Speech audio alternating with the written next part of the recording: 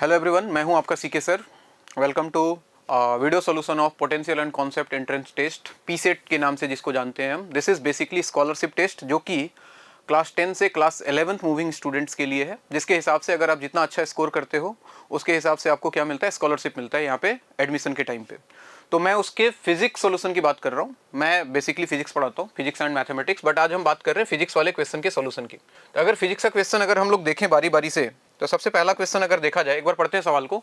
बोल रहा है कि immiscible transparent liquids A B C D and E are placed in a rectangular container of glass with the liquids making lectures according to their densities. अच्छा, बोल रहा है कि एक कंटेनर है ऐसे, उसमें अलग अलग लेयर पे ऐसे लिक्विड भरा हुआ है, ऐसे भरा हुआ है ए बी सी डी ई, ठीक है। और इनका रिफ्रैक्टिव इंडेक्स दिया हुआ है। अगर म्यू का वैल्यू देखो सबका दिया हुआ है, ए का 1.64 है, बी का 1.63 है, सी का 1.61 है, डी 1.64 है एंड ई का जो है वो 1.6 है। आगे क्या बोल रहे हैं, the container is illuminated from the side and a small piece of glass having refractive index 1.61 is gently dropped into the liquid also. The glass pieces as descend downward will not be visible in. बोला कि इस liquid में एक glass का piece डाला जिसका refractive index दिया हुआ है, म्यू ग्लास का कितना दिया है, 1.61। तो बोला कि जब ये नीचे जाएगा तो कौन से लेयर में आके ये इनविजिबल हो जाएगा। तो बेसिकली इनविजिबल हो जाना किस पे डिपेंड कर रहा है, ऑप्टिकल डेंसिटी के ऊपर, यानी कि उसका रिफ्रैक्टिव इंडेक्स, उसका म्यू का वैल्यू क्या है। जहां पे म्यू का वैल्यू एग्जैक्टली सेम हो जाएगा वहां पे वो जो ग्लास स्लैब है वो इनविजिबल हो जाएगा। तो अगर ध्यान से देखो तो पहले वाले का था 1.64, दूसरे वाले का देखो तो अगर था 1.63, तीसरे वाले का था 1.61, चौथे वाले का था 1.64 और इसका था 1.6, ठीक है, ऐसा दिया हुआ है। और जो ग्लास हमने डाला है उसका रिफ्रैक्टिव इंडेक्स कितना है, 1.61। तो ध्यान से देखो कि 1.61 किसके साथ मैच कर रहा है, सी के साथ, यानी कि जब ये सी से पास होगा, जब यहां पहुंचेगा तो एग्जैक्टली दोनों का ऑप्टिकल डेंसिटी सेम हो जाएगा, यानी कि रिफ्रैक्टिव इंडेक्स दोनों का सेम हो जाएगा। तो ये जो ग्लास स्लैब है यहाँ पे आके क्या हो जाएगा, इनविजिबल हो जाएगा। ये बिल्कुल वही कहानी हो गई, पानी में पानी मिलाने वाला केस है। पानी का रिफ्रैक्टिव इंडेक्स सेम होता है, तो अगर वाटर में वाटर को मिक्स कर दो तो आपको पता नहीं लगेगा कौन सा कहाँ गया, बिल्कुल सेम कहानी है। तो इसके साथ मैच कर रहा है, तो इसका आंसर हो जाएगा सी। तो लिक्विड सी ओनली, यानी कि इसका आंसर हो जाएगा B. First question option number B. बहुत ही सिंपल सा सवाल। क्वेश्चन नंबर 2 पे अगर हम चले, क्वेश्चन नंबर 2 ध्यान से देखो। बोल रहा है light travels from medium X to medium Y as shown in the adjacent figure. देखो ध्यान से, एक्स से वाई की तरफ जा रहा है और यहाँ पे कहीं ना कहीं आपको रिफ्रैक्शन का फेनोमेना देखने के लिए मिल रहा है। देखना, ये मीडियम एक्स है, ये मीडियम वाई है, एक लाइट रे आया, इस बाउंड्री पे टकराया और यहाँ पे अगर हम नॉर्मल ड्रॉ करें तो आप ध्यान से देख सकते हो लाइट रे जाना इधर चाहती थी, लेकिन ये थोड़ा सा नॉर्मल की तरफ बेंड हो चुकी है। और नॉर्मल की तरफ बेंड हुई, इसका मतलब यह है कि जब लिक्विड रेयरर से डेंसर मीडियम में जाती है तो वो थोड़ा सा नॉर्मल की तरफ बेंड होती है। मतलब अगर इसका रिफ्रैक्टिव इंडेक्स मैं म्यू एक्स बोल दूं और इसका रिफ्रैक्टिव इंडेक्स मीडियम का म्यू आई बोल दूं, तो मुझे एक बात पता लग चुका है कि mu X is less than mu Y. मतलब ये वाला मीडियम रेयरर मीडियम था और ये वाला मीडियम क्या था, डेंसर मीडियम था। अच्छा, इससे क्या पता लगा, आगे पढ़ते हैं। तो बोल रहा है कि both the speed and frequency decreases, speed increases frequency decreases. Speed, frequency और वेवलेंथ की बात कर रहा है। जब इस मीडियम से दूसरे मीडियम में आएगा लाइट रे, तो उसके स्पीड पे, फ्रीक्वेंसी पे और वेवलेंथ पे क्या फर्क पड़ेगा। सबसे पहली बात तो ये समझ लो कि फ्रीक्वेंसी जो होता है, फ्रीक्वेंसी वो कांस्टेंट रहेगा, क्योंकि frequency is basically property of source. ध्यान रहे, ये बात दिमाग में रखना चाहिए। फ्रीक्वेंसी जो होता है वो सोर्स का प्रॉपर्टी होता है। जब तक सोर्स चेंज नहीं होगा तब तक फ्रीक्वेंसी चेंज होने वाला नहीं है। तो इस मीडियम से दूसरे मीडियम में फ्रीक्वेंसी कांस्टेंट रहने वाला है। अगर स्पीड की बात करते हो तो v, ध्यान से देखो, रिफ्रैक्टिव इंडेक्स को हम लिखा करते हैं mu is equal to C divided by B. Mu जो होता है वो इनवर्सली प्रोपोर्शनल टू स्पीड होता है, यानी कि जिसका रिफ्रैक्टिव इंडेक्स ज्यादा होगा उसका स्पीड भी ज्यादा होगा। अगर ध्यान से सोचो, सॉरी, जिसका रिफ्रैक्टिव इंडेक्स ज्यादा होगा उसमें स्पीड क्या होगा, कम होगा। इनवर्सली रिलेशन है। तो ध्यान से देखो, मैंने क्या बोला, एक्स और वाई में रिफ्रैक्टिव इंडेक्स किसका ज्यादा है, वाई का। तो वाई का अगर रिफ्रैक्टिव इंडेक्स ज्यादा है, मतलब रिफ्रैक्टिव इंडेक्स ज्यादा है, तो वहां पे स्पीड कम हो जाएगा, यानी कि v in y should be less than v in x। पहला कहानी। और दूसरा, फ्रीक्वेंसी की बात करें तो याद करो v equal to F lambda, ये वाला फॉर्मूला। फ्रीक्वेंसी तो कांस्टेंट है, तो v is directly proportional to lambda, यानी कि v अगर कम है तो लेमडा भी कम होगा, v ज्यादा है तो लेमडा भी ज्यादा होगा, यानी कि बोल सकता हूं lambda y will also be less than what, lambda x। ये कहानी होगा। अब बाकी ऑप्शंस पढ़ते हैं। पहले बोल रहा है both the speed and frequency decreases, गलत। स्पीड इंक्रीजेस, फ्रीक्वेंसी डिक्रीजेस, गलत। Speed decreases and wavelength decreases. Speed decreases, देखो x से y में गया तो स्पीड कम हो गया, स्पीड डिक्रीज कर रहा है और साथ में क्या हो रहा है, वेवलेंथ भी डिक्रीज कर रहा है। तो इसका ऑप्शन नंबर सी बिल्कुल सही है। Speed decreases and wavelength also decreases, option number C is correct. ठीक है। Next question number 3।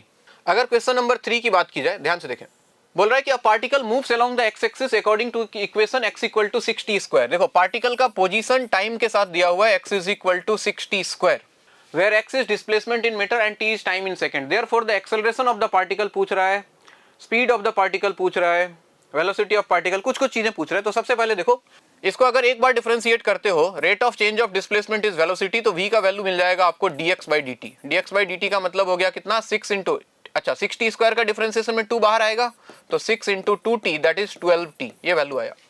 वेलोसिटी कब पूछ रहा था इसने, कब पूछा इसने, द वेलोसिटी ऑफ द, देखो ऑप्शन डी से चेक करते हैं, the velocity of the particle is 6 metre per second at t equal to 0.5 second. तो यहाँ पे एक काम करो, t के जगह 0.5 रखो, तो v at t equal to 0.5 का मतलब 1/2, तो यहाँ पे आ जाएगा 12 इंटू 1/2, 2 से गया 6, ये वैल्यू आ रहा है 6 मीटर पर सेकंड। देखो आंसर यहीं से आ गया, बिल्कुल सही बोल रहा है, ऑप्शन नंबर डी करेक्ट होगा, क्योंकि एक ही ऑप्शन सही है। लेकिन हम बाकी ऑप्शंस भी एक बार चेक करेंगे। बोल रहा है the acceleration of the particle is 6 metre per second square. अगर वेलोसिटी को एक बार और डिफरेंशिएट कर दूं तो ये बनता है acceleration, rate of change of velocity, तो dv बाई dt हो गया a, और इसको अगर एक बार डिफरेंशिएट करोगे 12t को, तो 12 कांस्टेंट है और t का डिफरेंशिएशन 1, तो ये वैल्यू आ रहा है 12 मीटर पर सेकंड स्क्वायर, यानी कि एक्सेलरेशन पार्टिकल का कांस्टेंट रहेगा 12 मीटर पर सेकंड स्क्वायर के हिसाब से। तो पहला ऑप्शन गलत। पार्टिकल फॉलोज पैराबोलिक पाथ, आपको दिख रहा है x में सिर्फ मोशन हो रहा है, सिर्फ x कोऑर्डिनेट चेंज हो रहा है, तो ऑब्वियसली पैराबोलिक पाथ बिल्कुल नहीं है। Each second the velocity of the particle changes by 9.8 metre per second square, 9.8 metre per second, ये बेसिकली एक्सेलरेशन की बात कर रहा है कि पर सेकंड वेलोसिटी कितने से चेंज हो रहा है, तो एक्सेलरेशन कितना है 12 मीटर पर सेकंड स्क्वायर, यानी कि एक सेकंड में वेलोसिटी चेंज हो रहा है 12 मीटर पर सेकंड से। तो ये ऑप्शन भी गलत है, इसका सिर्फ और सिर्फ ऑप्शन नंबर डी करेक्ट है। Okay, let's move to question number 4।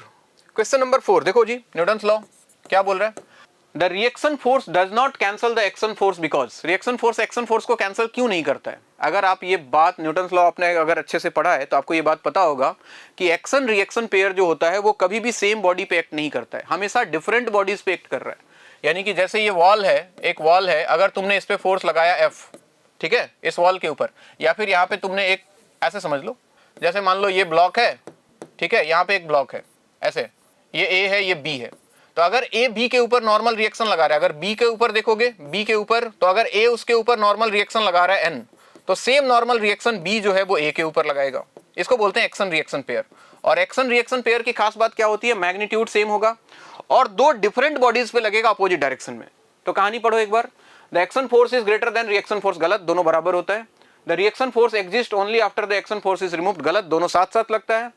The reaction force is greater than action force, ये भी गलत, बिल्कुल इक्वल होता है मैग्नीट्यूड में। They act on different bodies, बिल्कुल ऑप्शन नंबर डी करेक्ट है। एक्शन रिएक्शन पेयर जो है दोनों अलग अलग बॉडीज पे लगते हैं हमेशा। सिंपल सा सवाल। क्वेश्चन नंबर 5 की बात करते हैं।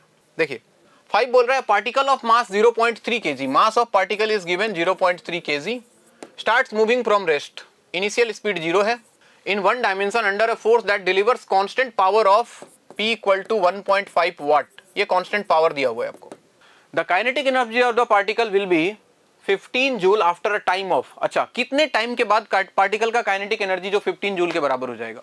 देखो पावर का एक सिंपल सा फॉर्मूला यूज कर रहा हूं, P इक्वल टू होता है F into V, force into velocity, इसको यूज करते हैं 1.5, फोर्स को हम लिख सकते हैं mass into acceleration into V equal to 1.5 mv, एक काम करो एक्सेलरेशन को लिख लो आप dv by dt is equal to 1.5, और m तो कांस्टेंट है, v dv, एक काम करते हैं dt को उधर ले जाते हैं, ये बन गया 1.5 इंटू dt, और हमने क्या किया बोथ साइड इंटीग्रेट कर दिया, जो कांस्टेंट है उसको बाहर रखा है, 1.5 कांस्टेंट है, m कांस्टेंट है।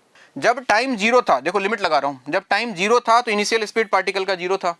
मान लो कि किसी टाइम t में पार्टिकल का स्पीड v हो गया, लेट अस अज्यूम ऐसा कुछ हुआ, m का वैल्यू गिवन है 0.3 रख देता हूं, तो 0.3 इंटू v का इंटीग्रेशन हो जाएगा v स्क्वायर बाई 2, या फिर एक काम करो m को रहने दो, काइनेटिक एनर्जी लेके आना, v को लिख लिया हमने v square divided by 2, limit चल रहा है 0 से v, और इधर देखो तो 1.5 इंटू dt का इंटीग्रेशन हो गया t, लिमिट चल रहा है 0 से लेके t। अब थोड़ा सा सॉल्व करते, देखो सबसे पहले क्या करते हैं, अपर लिमिट पुट करेंगे यहाँ v के जगह पे, तो ये v स्क्वायर बनेगा, 0 रखोगे तो 0 बनेगा, तो ये वैल्यू आ जाएगा m into V square minus 0 divided by 2, ठीक है, इक्वल टू RHS में देखो तो 1.5 इंटू टी माइनस 0, यहाँ से देखो तो ये वैल्यू बन रहा है half M V square is equal to 1.5 T, और ध्यान से सोचो तो half M V square is kinetic energy, यानी कि काइनेटिक एनर्जी बेसिकली 1.5 टी के इक्वल आ गया, और काइनेटिक एनर्जी आपको दिया हुआ है कितना होना चाहिए 15 जूल के इक्वल, तो 15 इक्वल टू 1.5 टी, यहाँ से टी का वैल्यू निकालोगे 15 डिवाइडेड बाई 1.5, तो ये वैल्यू आ जाएगा कुछ 10 सेकंड के आसपास, यानी कि 10 सेकंड के बाद पार्टिकल का काइनेटिक एनर्जी जो है वो कितना हो जाना चाहिए 15 जूल हो जाना चाहिए। तो इसका आंसर हो जाएगा बी, ऑप्शन नंबर बी। ठीक है, लेट्स मूव टू क्वेश्चन, थोड़ा सा अच्छा सवाल, थोड़ा सा let's move to question number 6। लेकिन जब आप क्लास 11th में आओगे तो ये सवाल आपको बहुत आसान लगने लग जाएगा। अभी आप क्लास 10 पास किया है आपने, तो हो सकता है थोड़ा सा डिफिकल्ट ये सवाल लगा हो, लेकिन बहुत ज्यादा नहीं। Let's move to question number 6। बोल रहा है कि Netra who is back bencher, अच्छा एक लड़की है जो कि बैक बेंचर, बैक बेंचर मतलब क्लास में जो पीछे बैठते हैं, जैसे आप लोग भी होंगे बैक बेंचर, आप लोगों में से बहुत लोग होंगे जो पीछे बैठना पसंद करते होंगे, वैसे एक स्टूडेंट की बात की जा रही है। बैक बेंचर्स बहुत स्मार्ट होते हैं भाई, याद रखना ये बात। Discovers one day in the class that she is unable to discern the details on the blackboard very well. एक दिन उसको एहसास हुआ कि जब वो पीछे बैठी है तो बोर्ड पे लिखा हुआ चीज उसको साफ साफ नहीं दिख रहा है, मतलब बोर्ड दूर था, ऑब्वियसली वो सबसे पीछे बैठी थी, यानी कि दूर की चीजें उसको क्लियर दिखाई नहीं दे रही हैं, ऐसा उसको लगा। When she visits an optician, जब डॉक्टर के पास गई तो he prescribes glasses for her. Which of the following statement is false? कौन सा स्टेटमेंट गलत है? ध्यान रखना, ये फॉल्स पढ़ना बहुत जरूरी है। लोग क्या करते हैं, सही टिक करके आ जाएंगे, जनरली ऐसे सवालों में गलती होता है। अब ध्यान से सोचो, सबसे पहले ये बहुत बेसिक चीज है जो आपने पढ़ा होगा कि जब दूर की चीजें क्लियर दिखाई ना दें तो उसको हम लोग बोलते हैं मायोपिया, जिसको दूर दृष्टि दोष बोलते हैं ना, distant objects are clearly not visible. तो सबसे पहले उसको जो बीमारी है वो कौन सा बीमारी है, उसको बीमारी है मायोपिया की। और याद करो, मायोपिया में पढ़ा होगा, इसको दूर करने के लिए डॉक्टर जो लेंस प्रिस्क्राइब करता है that is basically concave lens, ये इसका सॉल्यूशन होता है। अब इस पे बेस्ड ऑप्शंस पढ़ लो एक बार, कौन गलत है वो ढूंढना है। सी सफर्स फ्रॉम मायोपिया सही है, where the far point is nearer than the blackboard बिल्कुल सही है, पहला ऑप्शन करेक्ट है। A concave lens with suitable power can be help correct her vision बिल्कुल सही है, कनकेव लेंस यूज करते हैं, second option is also correct. Her eye is defective and is forming images in front of retina, बोल रहा है कि उसका आंख खराब हो चुका है, मतलब डिफेक्टिव मतलब ये नहीं कि बेकार हो गया है, खराब हो गया है, कुछ बीमारी आ गया उसमें, जो कि इमेज जो है वो रेटिना के सामने बना रहा है, बिल्कुल सही बोल रहा है। इमेज एक्चुअली रेटिना पे बनना चाहिए, रेटिना पे इमेज बनता है तो आपको क्लियरली विजिबल होता है, लेकिन रेटिना पे नहीं बन रहा है, तो third option is also correct. Fourth option, a concave lens और a convex lens may be used to correct her vision, बोल रहा है कि कनकेव या कन्वेक्स कुछ भी कर सकते हैं, नहीं, we can use only concave lens. So इसका आंसर हो जाएगा 4, जो कि गलत है ऑब्वियसली। तो 4 देखो कहां पे दिख रहा है आपको, option number D, so D is correct, मतलब फॉल्स स्टेटमेंट है बेसिकली। क्वेश्चन नंबर 7 क्या बोल रहा है, the centre of gravity of a body coincides with the centre of mass. कब सेंटर ऑफ ग्रेविटी और सेंटर ऑफ मास कब coincide करता है? सेंटर ऑफ मास और सेंटर ऑफ ग्रेविटी में सबसे पहले डिफरेंस समझने की कोशिश करो। ये कंसाइड तभी करता है जब किसी बॉडी पे जो ग्रेविटेशनल फोर्स लग रहा है वो हर पॉइंट पे सेम लग रहा है। अब देखो, छोटे वाले बॉडी में कंसाइड करता है, अगर कोई पॉइंट मास है ना, जनरली हम लोग क्या करते हैं, पॉइंट मास अगर हमने लिया है, पॉइंट मास अगर बहुत छोटा मास है अगर, तो हम क्या दोनों चीजें मान सकते हैं, क्या मान सकते हैं, सेंटर ऑफ मास का मतलब पूरे बॉडी का मास एक पॉइंट पे कॉन्सेंट्रेटेड मान लिया जाए, तो पूरे बॉडी का मास यहीं आ गया, और इस पे mg भी लग रहा है, यानी कि एक ही फोर्स लग रहा है इस पे mg, तो सेंटर ऑफ मास और सेंटर ऑफ ग्रेविटी कंसाइड करेगा। लेकिन अगर कोई हम लार्ज बॉडी ले लें, लार्ज बॉडी, कोई बहुत बड़ा बॉडी है मान लो ऐसा, तो एक्चुअली होता क्या है कि इसके हर एक पॉइंट पे g का वैल्यू बदल जाता है। ठीक है, यहाँ पे देखोगे g कुछ और लग रहा है, यहाँ पे g कुछ और लग रहा है, यहाँ पे g कुछ और लग रहा है, तो g का वैल्यू बदलने के कारण यहाँ पे हम सेंटर ऑफ मास और सेंटर ऑफ ग्रेविटी को कॉन्साइड नहीं करवा सकते। तो बेसिकली दोनों कॉन्साइड कब करेगा, तब करेगा जब बॉडी के हर पॉइंट पे ग्रेविटेशनल फोर्स या फिर एक्सेलरेशन ड्यू टू ग्रेविटी का वैल्यू क्या हो जाए, सेम हो जाए। जी हर जगह सेम होना चाहिए, ये ध्यान रखना है आपको। बाकी ऑप्शंस पढ़ लो, ऑलवेज गलत, नेवर ये भी गलत है, if the acceleration due to gravity is uniform over the body बिल्कुल करेक्ट स्टेटमेंट है, ऑप्शन नंबर सी। चलिए आगे बढ़ते हैं, क्वेश्चन नंबर 8 के पास चलते हैं। क्वेश्चन नंबर 8 क्या बोल रहा है, a body is in equilibrium under the combined action of several forces. एक बॉडी इक्विलिब्रियम में है जिसमें बहुत सारे फोर्सेस लग रहे हैं। अब बहुत सारे फोर्सेस लग रहे हैं, बॉडी इक्विलिब्रियम में है, उसने ये मेंशन नहीं किया कि बॉडी स्टैटिक इक्विलिब्रियम में है, रोटेशनल इक्विलिब्रियम में है, किस टाइप का इक्विलिब्रियम में है। तो मान के चलते हैं कोई एक इक्विलिब्रियम दिमाग में बिठाते हैं और आगे बढ़ते हैं, ऑप्शंस पढ़ते हैं। बोल रहा है all the forces must be applied at the same point, गलत। All the forces form pairs, देखो दो चीजें होती हैं, अगर स्टैटिक इक्विलिब्रियम की बात करेंगे तो बॉडी के ऊपर नेट फोर्स 0 होना चाहिए, और अगर रोटेशनल इक्विलिब्रियम की बात करेंगे तो बॉडी के ऊपर नेट टॉर्क 0 होना चाहिए। तो सबसे पहले ये दो बातें ढूंढने की कोशिश करते हैं, कहीं ऑप्शन में मिल रहा है कि नहीं मिल रहा है। All the forces from form pairs of equal and opposite direction, कोई जरूरी नहीं है। आगे बढ़ो, the sum of the torque about any point must always be equal to 0। देखो एक चीज तो मिल गया कि टॉर्क जो है वो किसी एक पॉइंट के अबाउट टॉर्क, नेट टॉर्क का वैल्यू क्या होना चाहिए, 0। तो अगर नेट टॉर्क 0 आ रहा है तो बॉडी इक्विलिब्रियम में मिल जाएगा, रोटेशनल इक्विलिब्रियम बॉडी को मिलेगा। ठीक है, अगला ऑप्शन क्या बोल रहा है, the line of action of all the forces must pass through the centre of gravity. ये भी कोई जरूरी नहीं है, तो यानी कि कुल मिला के एक ही ऑप्शन इसमें सही दिखाई दे रहा है। एक और ऑप्शन हो सकता था नेट फोर्स वाला, लेकिन वो दिया नहीं तो कोई बात नहीं। एक ऑप्शन जो सही दिख रहा है वो ऑप्शन नंबर सी है कि नेट टॉर्क जो है वो किसी एक पॉइंट के ऊपर बॉडी के ऊपर क्या होना चाहिए, 0। नेट टॉर्क 0 होने का मतलब बॉडी घूम नहीं रहा है, बेसिकली रोटेशनल इक्विलिब्रियम में, ऐसा बोल सकते हैं। क्वेश्चन नंबर 9 देखो, आम जिंदगी का सवाल है। क्वेश्चन नंबर 9 बोला कि ये एक तस्वीर वही है, इनको लटकाने का तरीका अलग अलग है। दीवार से, वॉल से जो हैंग किया है ना, एक बार स्ट्रिंग ऐसे लगाया है, एक बार स्ट्रिंग ऐसे लगाया हुआ है और एक बार यहाँ पे दिख रहा है। तो आपको बोला तीनों केसेस में टेंशन के बारे में बात करना है कि जो टेंशन लग रहा है स्ट्रिंग के ऊपर, वो टेंशन किस में कम होगा, किस में ज्यादा होगा। आओ जरा एक बार डायग्राम देखते हैं। पहला वाला डायग्राम देखना। पहले वाले डायग्राम में देखो कुछ ऐसा कहानी है। ये देखो, मान लेते हैं, लेट अस अज्यूम यहाँ टेंशन लग रहा है T1, इधर मान लेते हैं T1, इस एंगल को मैं मान लेता हूँ alpha, let us assume this is alpha. तो देखो T1 का दो कंपोनेंट, एक इधर आएगा और एक ऊपर की तरफ जाएगा। इसमें भी देखोगे एक इधर आएगा और एक ऊपर की तरफ जाएगा, तो ये दोनों तो कैंसिल हो जाएगा। तो ऊपर की तरफ क्या लगने वाला है, ऊपर की तरफ यहाँ पे अगर ये एंगल अल्फा है, ये एंगल अल्फा है, तो ये वाला एंगल भी अल्फा हो जाएगा। ध्यान से देखें, ये वाला एंगल भी अल्फा हो जाएगा। सिमिलरली ये वाला एंगल अल्फा हो गया, तो T1 का कॉस कंपोनेंट ऊपर, यानी कि T1 कॉस अल्फा, यहाँ पे भी लगेगा T1 कॉस अल्फा, और नीचे क्या लग रहा होगा, इसका mg लग रहा होगा। तो बेसिकली इक्वेशन क्या बनेगा इक्विलिब्रियम के लिए, 2T1 cos alpha should be equal to mg। तो यहाँ से देखो T1 का वैल्यू आता है कितना, mg divided by 2 cos alpha. ठीक है, दूसरे वाले केस में देखो स्ट्रिंग ऐसा है, सेकंड वाले केस को देखो तो स्ट्रिंग ऐसा है। यहाँ पे मान लो T2 लग रहा है, यहाँ पे मान लो T2 लग रहा है, और वर्टिकल के साथ एंगल देखो 0 हो गया। ये स्ट्रिंग जो कि अल्फा एंगल बना रहा था, ये ऐसे हो गया, देख रहे हो, ऐसे हो गया, यानी कि अल्फा का वैल्यू 0 हो गया। अल्फा का वैल्यू 0 हो गया तो डायरेक्ट इक्वेशन बन जाएगा, ऊपर 2T2 और नीचे लग रहा है mg, तो 2T2 इक्वल टू mg। यहाँ से T2 का वैल्यू आ जाएगा कितना, mg डिवाइडेड बाई 2।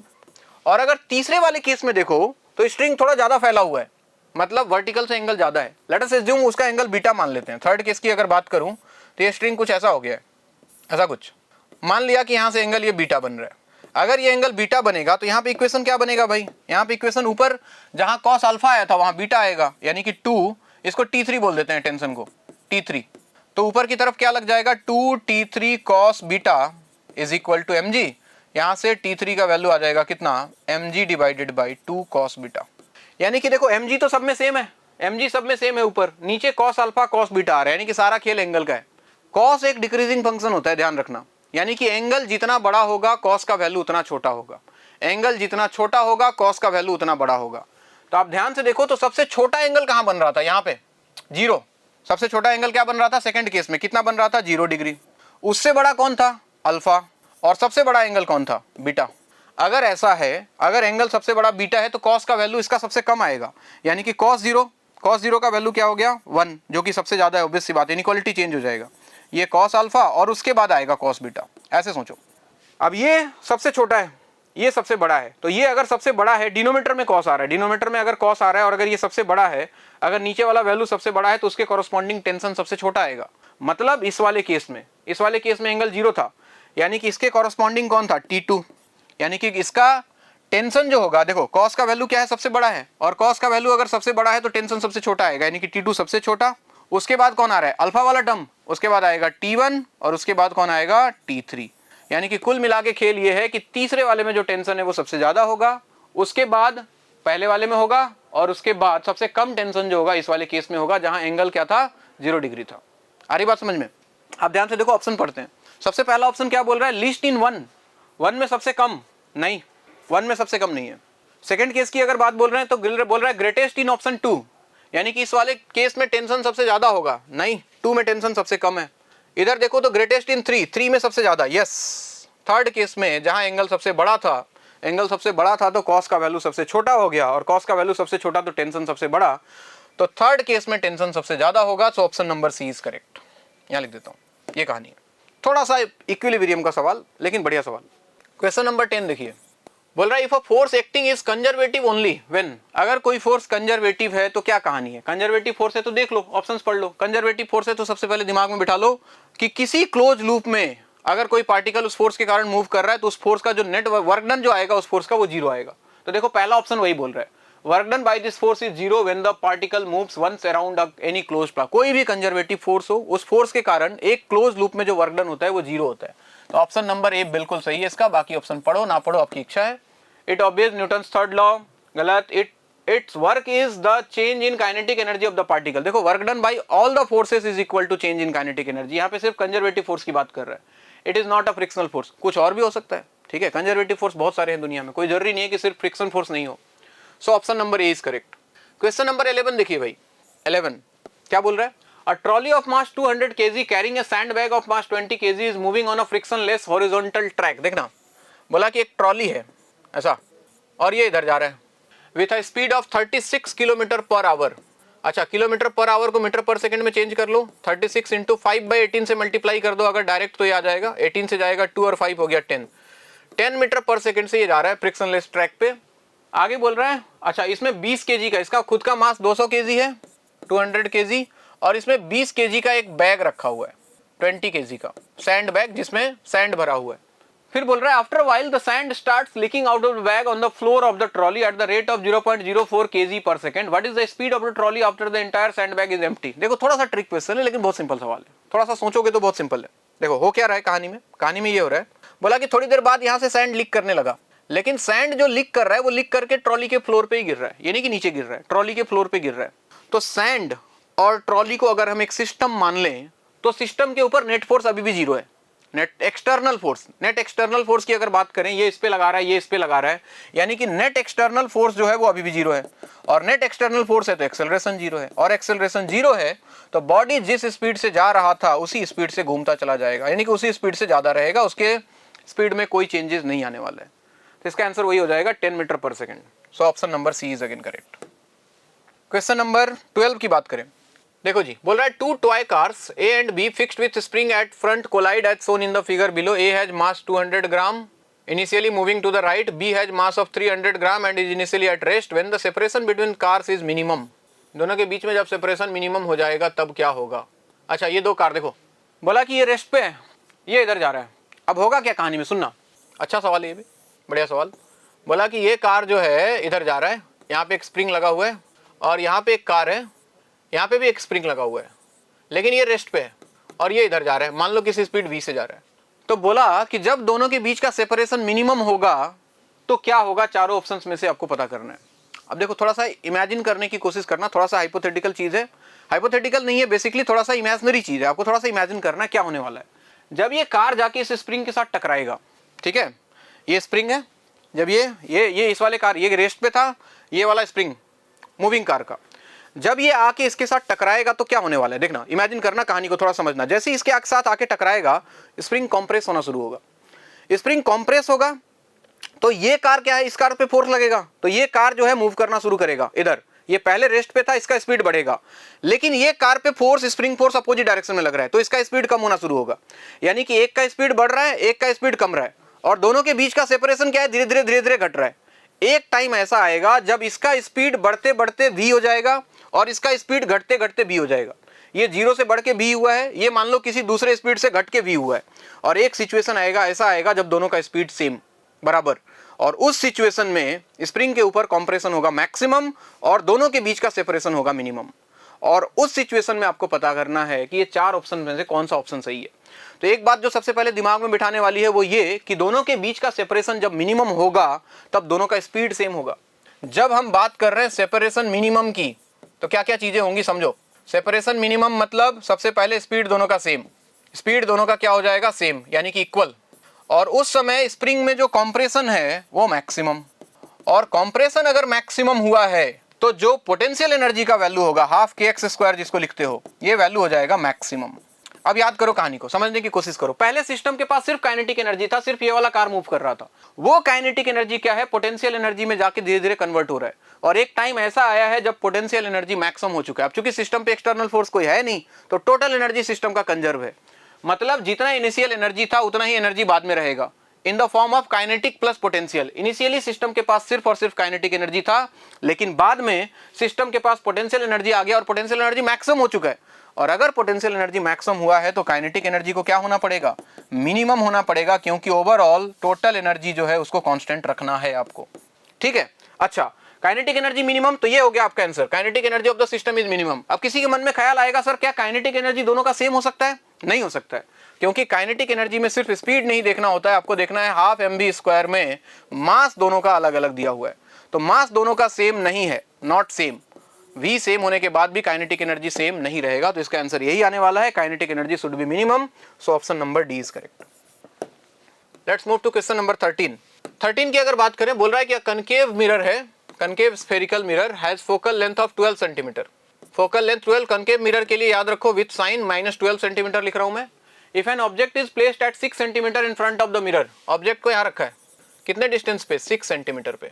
अच्छा एक बात ध्यान रखना, फोकस इसका यहां कहीं है, मतलब 12 सेंटीमीटर पे। अगर ऑब्जेक्ट का पोजीशन पोल और फोकस के बीच में लाई कर रहा है तो ये कॉनकेव मिरर हमेशा वर्चुअल इमेज बनाता है मिरर के पीछे। अगर ये बात ध्यान में है तो बहुत बढ़िया, नहीं पता है तो कोई बात नहीं। तो बिहाइंड द मिरर वाले दो ऑप्शन दिख रहे हैं, ये बिहाइंड द मिरर, इनमें से कोई एक आंसर आने वाला है। निकालेंगे कैसे? u का वैल्यू हो गया -6 सेंटीमीटर, मैं सिंपल मिरर फॉर्मूला लगाने वाला हूँ, 1/v + 1/u = 1/f, यानी कि 1/v इक्वल टू लिखा जा सकता है 1/f - 1/u। एलसीएम ले लोगे तो नीचे आ जाएगा uf, ऊपर आ जाएगा u - f। ये 1/v का वैल्यू है, तो v का वैल्यू आपको रेसिप्रोकल ले लो इसका, तो uf divided by u - f। Value रखो with sign, u is -6, f is -12 divided by -6, minus हो जाएगा +12। ऊपर आ गया देखो 72 और नीचे आ गया वैल्यू कितना 6, और ये वैल्यू आ रहा है 12 सेंटीमीटर। और ये वैल्यू पॉजिटिव आना ही ये बता रहा है कि ऑब्जेक्ट का जो इमेज बना है वो दूसरे साइड बना है। यानी कि अगर मेरा ऑब्जेक्ट कुछ ऐसा होता, चलो मैं रे डायग्राम से बना के समझा देता हूँ। अगर ऑब्जेक्ट मेरा ऐसा होता तो देखो एक रे गया होगा जो प्रिंसिपल एक्सिस के पैरेलल, ठीक है, और प्रिंसिपल एक्सिस के पैरेलल जो भी रे है वो रिफ्लेक्शन के बाद फोकस से पास करता है, तो ये कुछ ऐसे चला आएगा। ठीक, एक रे और ले लेता हूं मैं जो कि पोल से जा रहा है, लेट अस अज्यूम ऐसा कुछ, पोल पे गया और जो रे पोल पे इंसिडेंट होता है वो उतने ही एंगल पे रिफ्लेक्ट होता है, ये इधर कहीं चला जाएगा। और जब इन दोनों रेज को आप पीछे की तरफ एक्सटेंड करोगे तो इसका इमेज आपको यहाँ कहीं मिलने वाला है, this is image of the object, और ये डिस्टेंस निकल के आया है 12 centimetre behind the mirror. Behind the mirror बोलो या फिर इनसाइड द मिरर बोलो, ज्यादा अच्छा है। तो इसका आंसर हो जाएगा 12 centimetre behind the mirror, option number C. Question number 14 क्या बोल रहे हैं देखिए, A swing playing with small amplitude can be considered as simple pendulum, such as swing is said to oscillate with an amplitude A and frequency f when it is at its mean position. A box of same mass as that of, देखो कहानी कुछ नहीं, swing जो झूला झूलने वाला होता है ना, सिंपल पेंडुलम की बात कर रहा है, ऐसे सोचो तुम तो, ऐसे ये सिंपल पेंडुलम है, ऐसे ये ऐसे ऑक्सीलेट कर रहा है, ठीक है, इधर इधर ऐसे ऐसे ऐसे ऐसे ऐसे जा रहा है। बोल रहा है कि when it is at mean position a box of same mass as that of the seat of the swing, पहले जितना मास था m था तो इसमें एक और मास m रख दिया मीन पोजीशन पे जैसे आया। फिर आपसे बोल रहा है कि on it and starts moving with the swing, choose the correct statement. Correct statement क्या हो सकता है? तो सबसे पहला चीज देखो, टाइम पीरियड और फ्रीक्वेंसी पे फर्क नहीं पड़ेगा। टाइम पीरियड की अगर बात करें तो ये होता है 2π√L/g, इसमें मास आता ही नहीं है, मास की कोई जरूरत इसमें है नहीं। तो अगर टाइम पीरियड सेम है, टाइम पीरियड क्या रहेगा? कांस्टेंट, और टाइम पीरियड कांस्टेंट रहेगा तो फ्रीक्वेंसी भी क्या रहेगा? Constant, unchanged. और एम्पलीट्यूड बदलेगा क्योंकि मास डबल हो गया, तो नीचे जो फोर्स लग रहा है mg उसका वैल्यू बढ़ जाएगा, तो एम्पलीट्यूड घट जाएगा, बेसिकली एम्पलीट्यूड इसका डिक्रीज करेगा, और फ्रीक्वेंसी क्या है? कांस्टेंट रहेगा, टाइम पीरियड कांस्टेंट रहेगा। तो बाकी चीजें देख लो क्या दिख रहा है आपको, amplitude is reduced half of initial value, frequency is doubled, गलत, amplitude is reduced half of initial value and frequency is unchange, बिल्कुल ऑप्शन नंबर 20 करेक्ट, ये कहानी है। एंड लास्ट क्वेश्चन नंबर 15 की अगर बात करें, क्वेश्चन नंबर 15 तो बोला जा रहा है कि एसर्शन रीजन सवाल है, ध्यान से सुनना। एक स्टेटमेंट दिया है, दूसरा उसका रीजन दिया है, फिर ऑप्शंस कलेक्ट करना है आपको। पहला बोल रहा है the velocity of a particle may very even when its speed is constant. Speed constant रखते हुए क्या वेलोसिटी को चेंज किया जा सकता है? यस, क्योंकि वेलोसिटी क्या है? वेक्टर क्वांटिटी, स्पीड क्या है? Scalar quantity. तो वेलोसिटी चेंज होने के लिए अगर सिर्फ डायरेक्शन चेंज हो तब भी पॉसिबल है। मतलब याद करो, सर्कुलर मोशन, सबसे बढ़िया एग्जांपल इसका क्या हो सकता है? Circular motion. अगर कोई पार्टिकल सर्कल पे घूम रहा है या फिर किसी स्ट्रिंग में बांध के ऐसे तुम बॉल को घुमा रहे हो, इमेजिन करो, ठीक है, इसका स्पीड अगर देखोगे किसी टाइम पे v है, ठीक है, कहीं भी देखोगे यूनिफॉर्म सर्कुलर मोशन, यहाँ पे भी इसका स्पीड क्या है? v है, लेकिन इसका डायरेक्शन बदल गया, यहाँ वेलोसिटी का डायरेक्शन ऊपर था, यहाँ वेलोसिटी का डायरेक्शन लेफ्ट की तरफ है। यानी कि स्पीड तो कांस्टेंट है but velocity is not constant, so this is possible in case of circular motion. पहला स्टेटमेंट सही है। रीजन क्या दे रहा है? The particle is moving in circular path. देखो वही जो मैं एक्सप्लेन कर रहा हूं वही रीजन है उसका। अगर सर्कुलर पाथ में कोई पार्टिकल मूव कर रहा है तो उसका स्पीड कांस्टेंट रहेगा, और साथ में उसका डायरेक्शन चेंज हो रहा है वेलोसिटी का, मतलब वेलोसिटी इज वेरिएबल। तो असर्शन भी सही है, रीजन भी सही है, and reason is correct explanation for the given assertion. So इसका आंसर हो जाएगा both A and R true and R is correct explanation to A. So option number C.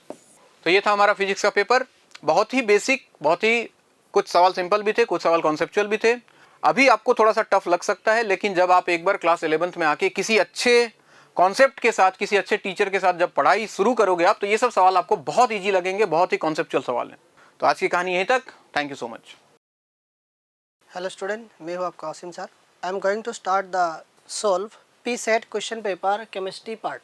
तो in question number 16, a solid compound X on heating gives carbon dioxide gas and a residue. कोई भी एक solid compound है, उसको heat किया, carbon dioxide gas निकल गया और residue, the residue mix with water forms Y. The residue को किसके साथ मिक्स किया? पानी के साथ मिक्स कर दिया, तो क्या बन गया? वाई बन गया। On passing an excess carbon dioxide through Y in water, पानी से पास कर दिया। On passing an excess carbon dioxide से क्या कर दिया? वाई को पास कर दिया। A clear solution of Z is observe. एक क्लियर सोल्यूशन क्या मिल गया? किसका मिल गया? जेड मिल गया। On boiling Z compound X is formed.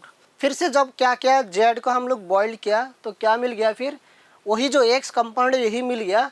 तो ये एक्स कंपाउंड क्या है? तो जैसे देखो क्वेश्चन नंबर 16 में बोला, देखो कैल्शियम कार्बोनेट ले लिया मैंने, CaCO3। तो यहाँ से क्या बनता है? कैल्शियम कार्बोनाइट से calcium oxide plus carbon dioxide, ठीक है ना, कैल्शियम कार्बन। तो ये जो मैंने उसको एक्स मान लिया, ये रेसिड्यू है। फिर क्या किया? रेसिड्यू को किसके साथ मैंने किया, और ये जो रेसिड्यू है उसका नाम क्या है? रेसिड्यू किसके साथ मैंने किया? प्लस H2O, ये बन गया वाई, हो गया ना। फिर क्या किया? Y on passing an excess of carbon dioxide, carbon dioxide से पास किया एक्सेस कार्बन डाइऑक्साइड, किसको? वाई से। तो क्या बन गया? जेड बन गया। तो जेड क्या है? दिस इज द जेड, यही बन गया जेड। फिर जेड को क्या किया? हीट किया, क्या बन गया? यही बन गया ना, this is X, this is Z. तो एक्स कंपाउंड क्या होगा? Therefore X equal to CaCO3। कौन सी ऑप्शन करेक्ट होगा? Option B is the correct answer. Option B is your correct answer. Next move to the question number 17। What occurs when H2O liquid evaporates. जब भी पानी को क्या कर दिया? इवापोरेट कर दिया, तो क्या होगा? Covalent bonds are broken. Option क्या क्या दिया देखो, only dipole force are overcome, heat is absorb by water from the surrounding, it becomes oxygen and hydrogen gas. तो अभी देखो उसमें कौन सी पॉइंट करेक्ट है? कोवैलेंट बॉन्ड ब्रेक नहीं होगा, ये गलत है। डाइपोल फोर्स और ओवरकम करेक्ट है। तो करेक्ट में क्या होगा? क्वेश्चन नंबर 17 करेक्ट कौन कौन है? पॉइंट 2। और क्या है? हीट इज एब्जॉर्ब, जब उसको इवापोरेट किया तो हीट ऑब्वियसली क्या करेगा? एब्जॉर्ब करेगा, 3। और ये देखो क्या बोला? It becomes oxygen and hydrogen gas, separate gas में कन्वर्ट नहीं होगा। तो 2 and 3 आर करेक्ट। तो ऑप्शन बी हो जाएगा correct answer. Next question number 18। In question number 18, aqua regia is prepared by mixing of concentrate HCl and concentrate HNO3। Database question है। HCl और HNO3 का रेशियो होता है उसमें 3:1, 3:1 रेशियो में होता है। डाटाबेस क्वेश्चन है, मेमोरी बेस। तो ऑप्शन डी होगा correct answer. Option D is the correct answer. फिर next question number 19। A chemist report on a batch of pharmaceutical product aspirin. Aspirin is given 250 milligram tablets and paracetamol 500 milligram tablets indicates a plus 0.5% weight error in each tablet। सारे tablet में कितना error है? 0.5%। Due to this error the consumer gets extra X molecule of aspirin per tablet. Per tablet के लिए क्या? X molecule extra लेना पड़ता है, and extra Y molecules of paracetamol per tablet. So is the best relation between X and Y। तो पहले देखो क्या करते हैं, सबका मोल निकाल देते हैं। Mole of aspirin C9H8O4। तो उसका कितना मिलीग्राम गिवन है? 250 milligram. 250 milligram means 250 into 10 to the power minus 3 gram, और उसका molar mass, if we calculate the molar mass of this it becomes 180। तो यहाँ से मोल आ जाएगा 1.38 into 10 to the power minus 3 mole. This is the mole of aspirin. तो molecule कितना होगा, therefore molecule equal to 1.38 into 10 to the power minus 3 into Na molecule. This is the molecule, ठीक है। And moles of paracetamol C8H9NO2, ये कितना हो जाएगा 500 milligram, मतलब 500 into 10 to the power minus 3 divided by 151 is the molar mass. तो ये हो जाएगा 3.33 into 10 to the power minus 3 mole. Therefore molecule equal to 3.33 into 10 to the power minus 3 into Na। अभी देखो दोनों में परसेंटेज एरर वेट का कितना है, 0.5%। तो देखो x किसके लिए है, x is the consumer get an extra x molecule of aspirin, x is the number of molecule of aspirin. तो कितना परसेंट एरर है, 0.5%। देयरफॉर डायरेक्ट हम x लिखेंगे, x equal to 0.5 divided by 100 into कितना molecule था, this is 1.38 into 10 to the power minus 3 into Na। This becomes, उसका value कितना आएगा 0.69 into 10 to the power minus 5 Na। This is the x and y equal to 0.5 divided by 100 into 3.33 into 10 to the power minus 3 Na। This becomes 1.65 into 10 to the power minus 5 Na। तो यहाँ पे देखो x और y में कौन सी बड़ा है, ये वैल्यू ज़्यादा है, therefore y greater than x। In which option, option number C is the correct answer. Option number C is the correct answer. Next move to the question number 20। Sodium react with excess oxygen to form sodium oxide. A student went to prepare 1.24 gram of sodium oxide. While doing the calculations, he used atomic number of sodium instead of atomic mass. What is the approximate percentage error in the mass of sodium oxide obtained due to this mistake? तो question number 20 देखो, sodium oxide, तो moles of sodium oxide क्या होगा, कितना ग्राम है, 1.24 ग्राम। तो इसका molar mass कितना होगा, 2 इंटू 23 प्लस 16। तो ये आंसर आ जाएगा 0.02 मोल। जब सोडियम का मोलर मास यूज़ किया था यहाँ पे, और देखो जब मोलर मास के जगह पे सोडियम का एटॉमिक नंबर यूज़ किया तब क्या होगा, when used atomic number of sodium N-Na2O कितना हो जाएगा 1.24 डिवाइडेड बाई 2 इंटू 11 प्लस 16, ये हो जाएगा 0.032 mole. Therefore percentage error equal to 0.032 minus 0.02 by 0.02 into 100, 0.012 by 0.02 into 100, this becomes 60%। तो option D is the correct answer, 60%। Next question number 21। Under the identical conditions of temperature the density of gas A is 3 times that of density gas of B, that is given. क्या given है, density of gas A dA equal to 3 dV, और क्या given है, while molecular mass of gas B is 2 times of gas A, मतलब Mb equal to 2 Ma। The ratio of pressure of A and B will be, we know Pm equal to dRT। तो यहाँ से Pm by D equal to RT, RT is the constant, therefore Pa Ma by Da equal to Pb Mb by Dv। तो निकालना क्या है, the ratio of pressure of A, Pa by Pb निकालना है। Pa by Pb क्या होगा, Da by Dv into Mb by Ma।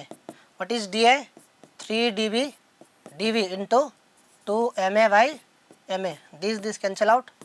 तो क्या बचेगा, Pa by Pb 6 by 1, therefore Pa is to Pb equal to 6:1। Option A correct answer. Your option A is the correct answer. Next question number 22। Question number 22, ionic radius of the following species. तो ionic radius का ratio पूछा है। देखो cation का जितना charge ज़्यादा होता है इतना छोटा हो जाता है। तो अकॉर्डिंग टू दिस कंसेप्ट तो कौन से आंसर होगा? सबसे बड़ा होगा Si4+, then P5+, then S6+, ये सबसे छोटा हो जाएगा। तो ऑप्शन ए होगा करेक्ट आंसर।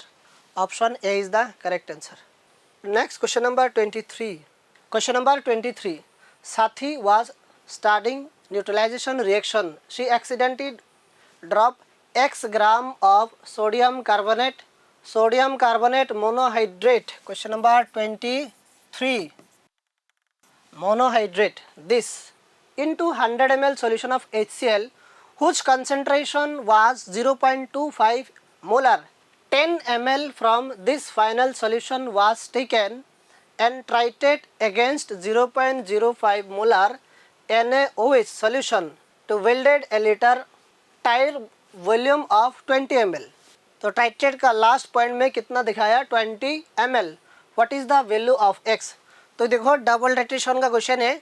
तो पहले हम क्या करते, देखो N1B1 equal to N2B2 from the given data. तो वैल्यू पुट करते हैं यहाँ पे। यहाँ से N1 का वैल्यू निकाल दूंगा, N1 इक्वल टू N2B2/B1। तो सबका वैल्यू पुट कर दो। 20 ml, 20 into how much it is, 20 into 0.05 divided by 10, this is equal to 0.1। Normality निकाल दिया। फिर क्या, मिक्सर x ग्राम जब मिक्स करने के बाद जो मिक्सर बन गया था उससे कितना लिया था? 10 ml। 10 ml लेके फिर क्या किया, फिर देखो क्या हो जाएगा। अभी डायरेक्ट देखो टाइट्रेशन में क्या करते हैं हम लोग, N1B1 और नॉर्मेलिटी इंटू वॉल्यूम और मोल इंटू एन फैक्टर, दोनों क्या है? बराबर है। ठीक है ना, दोनों बराबर है। तो अभी देखो मोलारिटी कितना है, सॉरी नॉर्मेलिटी 0.1, कितना ml है? 100 ml। तो मिली मोल निकाल गया, हमको मोल निकालना है। इक्वल टू क्या हो जाएगा, कितना गिवन है? 0.25।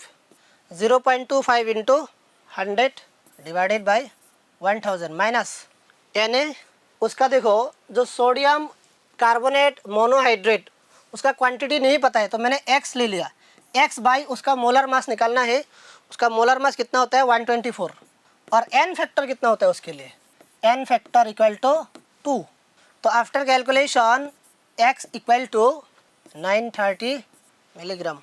तो ये होगा option number D. Option D is the correct answer. Next question number 24, 1 kg of aqueous urea solution in bracket mole fraction of solute is equal to 0.2 is diluted to 5 kg. Mole fraction of solution in dilute solution is.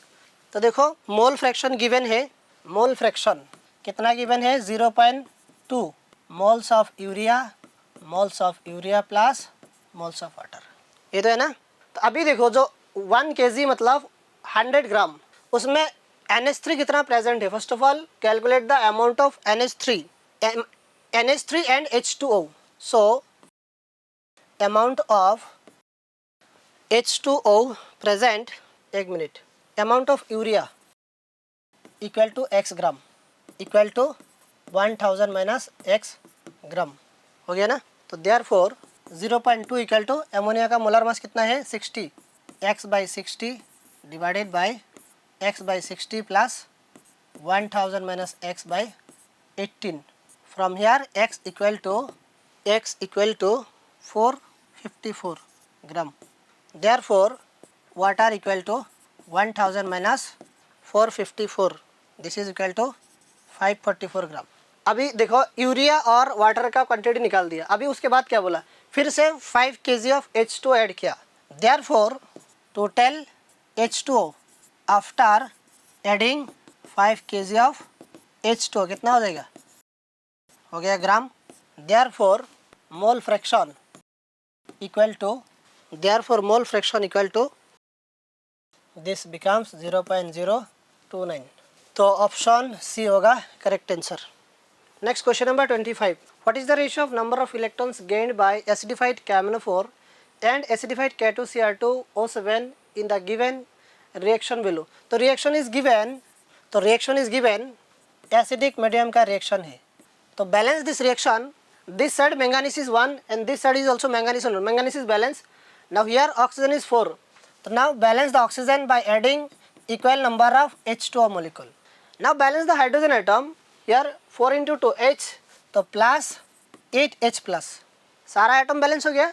Now balance the charge, here charge is +2, here +8 -1 +7, this 2 अगर यहाँ आ जाएगा तो minus हो जाएगा, तो minus का plus का कितना बचेगा 5, तो उसको न्यूट्रल करना है 5 इलेक्ट्रॉन। एंड Cr2O7 2 माइनस, क्या मिला Cr3 प्लस। तो यार 2 क्रोमियम है, यहाँ पे कितना क्रोमियम 1 है, तो क्रोमियम बैलेंस करना है।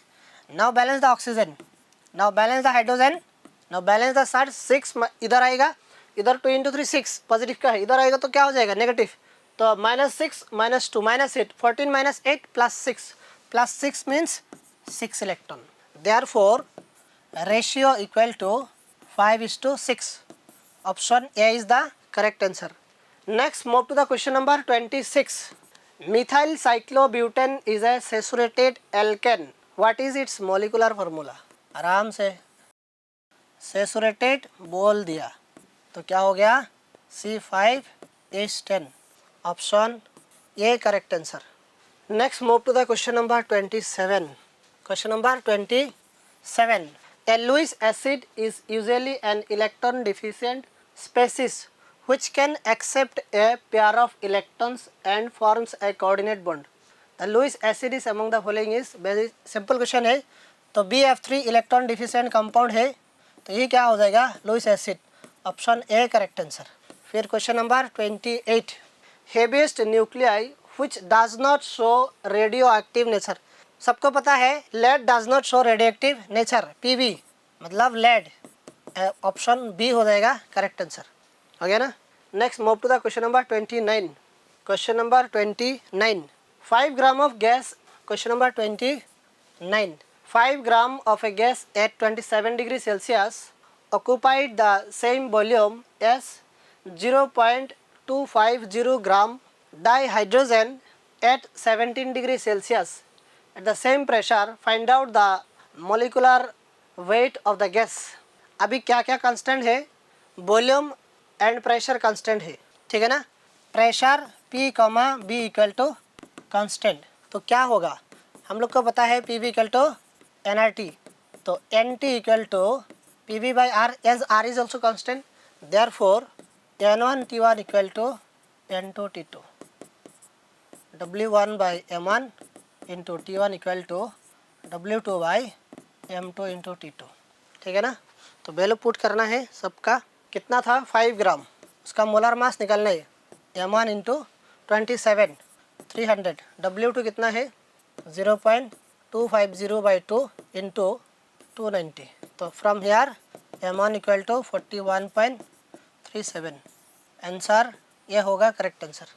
Next move to the question number 13, what is the percentage of magnesium carbonate in a mixer of magnesium carbonate and calcium carbonate if its 2 gram require 2 gram H2SO4 for complete neutralisation. Given क्या है MgCO3 plus CaCO3 equal to 2 gram, let this is equal to x gram, ये कितना होगा 2 minus x ग्राम, यही तो होगा ना। तो अभी देखो जब भी magnesium carbonate react with H2SO4 it gives MgSO4 plus, हो गया ना। अभी देखो उसका मोल कितना है, उसका मोल x by molar mass is 1 mole of for 1 mole of this 1 mole of this is required, तो x बाई 84 ये भी हो जाएगा x by 84, same mole is required, हो गया ना। फिर देखो CaCO3 react with H2SO4 gives CaSO4 plus CO2 plus H2O, ये कितना हो जाएगा 2 minus x by 100, 2 minus x by 100, हो गया ना। अभी देखो H2SO4 का कितना ग्राम है 2 ग्राम है, तो देयरफॉर ये जो H2SO4 का टोटल मोल है x by 84 plus 2 minus x by 100 equal to 2 by 98, from here x equal to 0.241, हो गया ना। x निकल गया, x मतलब मैग्नीशियम कार्बोनेट का मास निकल गया। देयरफॉर अभी निकालना क्या है, परसेंटेज ऑफ कितना है 0.241/2 into 100, this becomes 11%. Option B correct answer. Thank you. A very big hello to all the students. I'm here with the solution of the P set with the bio part. Let's start. Let's start with the very first question. Which cell organelle is called the powerhouse of the cell? आप सबको पता है power house किसको बोलते हैं, जिसके अंदर ATP formation होता है, and that ATP is known as the energy currency, और वो इस एनर्जी करेंसी से सारा एक्टिविटीज बॉडी का होता है, and that is occurring in case of the mitochondria. Hence mitochondria is known as the power house of the cell. Therefore the answer for 31 happens to be the A option. 32. When an RBC was placed in 3 different solutions, I hope first of all you should be aware of the 3 solutions. Isotonic मतलब ये है हमारे पास में, suppose this a cell and यहाँ पे जो solution है उसका और द सेल का solution should be having the same osmotic pressure. तो आइसो मीन्स सेम, ठीक है ना, तो यहाँ पे सेम है. In case of hypotonic solution that means you are having less concentrated solution. तो ये जो सोल्यूशन है यहाँ पे कंसेंट्रेशन लेस होगा. हाइपर मतलब मोर, दैट मीन्स सेल से यहाँ पर कंसेंट्रेशन ज़्यादा है. तो let's talk about that. In the very first case normal morphology, that means अगर मैंने आरबीसी को ऐसे कंडीशन में रख दिया तो क्या होगा, ऑस्मोटिक प्रेशर सेम है, ना तो मेरे पास एंडोस्मोसिस होगा ना तो एक्सोस्मोसिस. तो ऐसा कंडीशन में मेरे पास वो आइसोटोनिक रह जाएगा. पर आइसोटोनिक मेरे पास ए ऑप्शन में भी है और डी में भी है. सो अभी मेरे पास 2 ऑप्शन राइट है. स्वोलन एंड हीमोलाइज्ड है. स्वोलन हो गया है. स्वोलन मतलब कैसे, अगर मेरे पास बाहर में हाइपोटोनिक कंसेंट्रेशन है, दैट मीन्स लेस कंसेंट्रेशन है, दैट मीन्स पानी ज़्यादा है, तो water is going to move in, तो पानी अंदर जाएगा तो वो स्वोलन हो जाएगा. So what is this known as swollen. कहाँ पर आ गया, in case of less concentrated. Shrunken out है, श्रिंक कर जाना, तो कहाँ पर होगा, जब मेरे पास हाइपरटोनिक होगा तो यहाँ से ऑस्मोटिक प्रेशर बाहर वाले का ज़्यादा है तो बाहर मूवमेंट होगा, तो उसको बोलते हैं hypertonic. Therefore the answer for 32 happens to be the A option. D में इसका नीचे में उल्टा लिख दिया गया है, so that is not the answer for that. Question number 33. The genetic material DNA in the plants occurs in which of the cell organelle? So let's have a look for it. The genetic material DNA in the plants occurs in which of the cell organelles? DNA है तो किस में होगा? Do we have DNA in the nucleus? Obviously nucleus में है. So that is right, but we are still supposed to see the other options. Do we have that in the chloroplast? ये भी right है. Do we have that in the mitochondria? ये भी right है. अब मेरे पास 4th ऑप्शन देखो, chloroplast and mitochondria, वो तो इधर भी है. सो दैट मीन्स मेरे पास DNA जो है जेनेटिक मटेरियल में है, न्यूक्लियस में भी है, क्लोरोप्लास्ट में भी है, माइटोकॉन्ड्रिया में भी है. That is why chloroplast and mitochondria are said to be semi autonomous organelles. तो answer for 33 happens to be the C option. Let's talk about the 34. You are supposed to read the options out here. Statement 1. Nostoc and bacteria. What is nostoc? A cyanobacteria are known to be prokaryotes. Yes, दोनों के दोनों मोनरा को belong करते हैं and मोनरा happens to be a prokaryote. So this statement is correct. Penicillium and Spirogyra are fungi. Penicillium is Spirogyra, but Spirogyra happens to be algae. So this is a wrong option. So answer for 34 happens to be the statement 1 is true, but statement 2 is false. Therefore, the answer for that is option number A. Let's talk about question number 35. The gram-positive bacteria will have one of the specific characteristics. Identify that. I hope आपको पता है जब हम gram staining करते हैं with the gram stain, 2 bacterias में से एक bacteria retains the stain, one does not retain the stain. So the one which retain the stain is normally purplish or bluish in color. One which does not retain the stain, उसको हमको दोबारा stand करना पड़ता है किससे, saffronin से. Now why is that so? Let's go for having this. They have more peptidoglycan in the cell wall. Obviously हम सबको पता gram negative bacteria is double layered cell wall है और वो थिन होती है than the gram positive bacteria. Gram positive bacteria single layered है और वो थिकर होती है. What is this made up of? What is the cell wall of the bacteria made up of? Peptidoglycan. They have written out here peptidoglycan. जब एक ही layer है और पूरी peptidoglycan है तो happens to be what? the gram positive.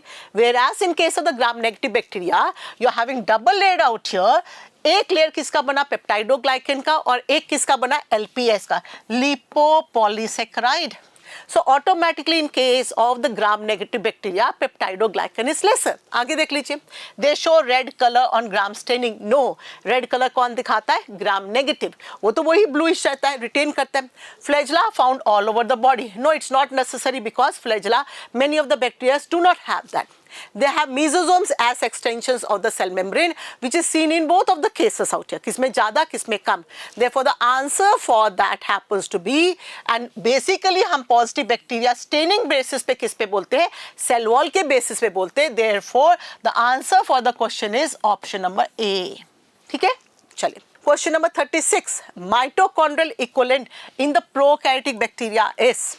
In the prokaryotic bacteria कौन है mitochondria के जैसे, माइटोकॉन्ड्रिया किस चीज का ऑर्गेनल है, for the respiration.